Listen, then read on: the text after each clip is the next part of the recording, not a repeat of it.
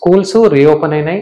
ఈ schools reopen కాగానే, school start కాగానే చాలా మంది పిల్లలు అంటే నర్సరీకి వెళ్ళే పిల్లలు, ఫస్ట్ క్లాస్ స్టూడెంట్స్, లేదంటే ఈ స్కూల్ ఏజ్ లో ఎవరైనా వివిధ రకాల కారణాల వల్ల స్కూల్స్ చేంజ్ చేస్తుంటారు అండ్ ప్లేసెస్ చేంజ్ చేస్తుంటారు. అలాంటప్పుడు పిల్లలు అడ్జస్ట్ కావడం కష్టంగా ఉంటుంది.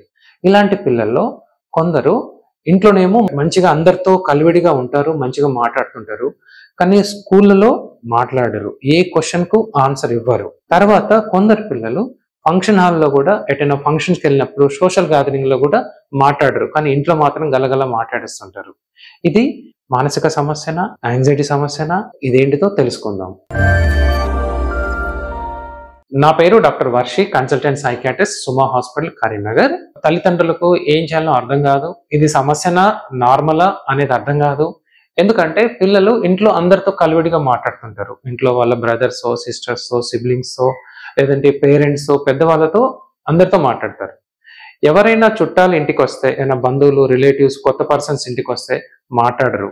ఎంత మాట్లాడడానికి ప్రయత్నం చేసినా మాట్లాడరు.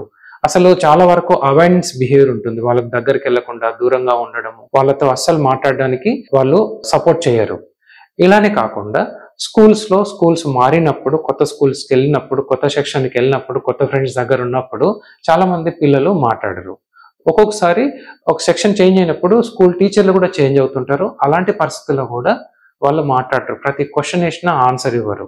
ఇది ఒక రకమైన సమస్య. దీన్ని సెలెక్టివ్ మ్యూటిజం అంటారు. అంటే కొన్ని సెలెక్టెడ్ ప్లేసెస్ లో వాళ్ళు మాట్లాడకుండా కామ్ గా ఉంటారు.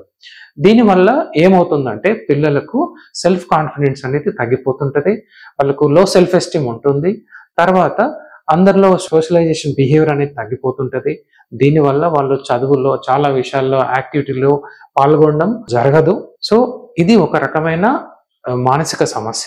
అయితే ఇలా ఉన్న వాళ్ళందరికీ ప్రాబ్లం ఉంటుందా, అందరికీ కౌన్సిలింగ్ అవసరమా అంటే, ఇలా రోజుల తరబడి, సంవత్సరాల తరబడి ఇలాంటి సమస్యతో ఇబ్బంది పడితే, ఈ అందరితో కలవకపోవడం, అందరితో మాట్లాడకపోవడం వల్ల వాళ్ళ చదువులో ఇంపాక్ట్ అయితే, వాళ్ళ పర్సనాలిటీ గ్రోత్ లో ఇంపాక్ట్ అయితే ఖచ్చితంగా మీరు మానసిక వైద్యుడిని కలవాలి.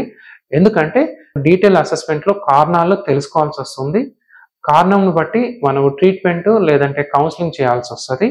సో ఈ సెలెక్టివ్ మ్యూటిజం అనేది మీ పిల్లలకు ఇది సమస్యనా కాదా తెలుసుకోవాలంటే సంప్రదించండి. మీ మనసు మాట విననప్పుడు సంప్రదించండి. Doctor L Varshi, consultant psychiatrist, Suma hospital, Karimnagar.